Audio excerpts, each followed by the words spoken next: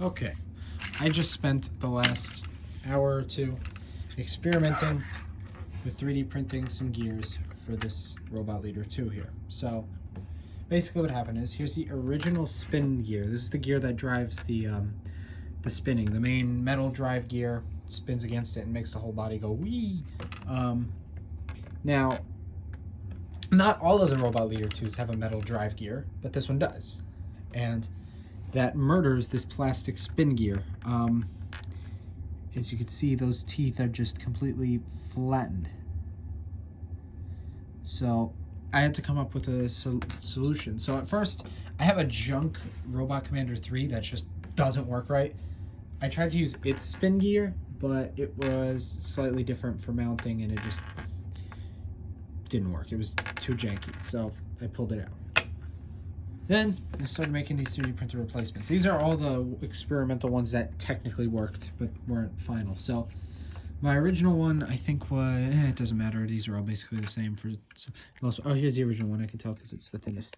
This was the original test one. It was very thin, and it was mainly just to see if this would work. It did.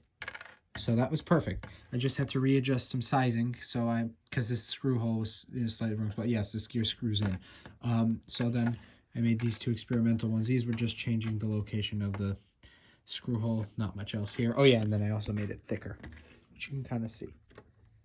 Actually, can you? I think you can tell the difference in thickness. I don't know. Especially compared to this one, yeah. And then I thought, yeah, well, I'm just going to have a repeat of what happened with the original gear getting worn out. So my solution was to make this, where it's got on the teeth that specifically wore out on this one, it has some reinforced, now you can see it got worn out too. I'll get into that though. So you're probably wondering, okay, so now it's extended, so those actually make the teeth bigger, might actually handle it.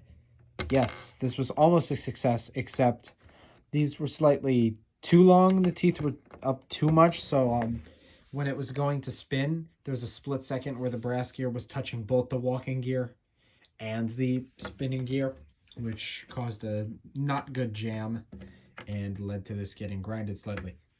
So then I made another version that had the extended teeth slightly less high, and that worked. So here it is.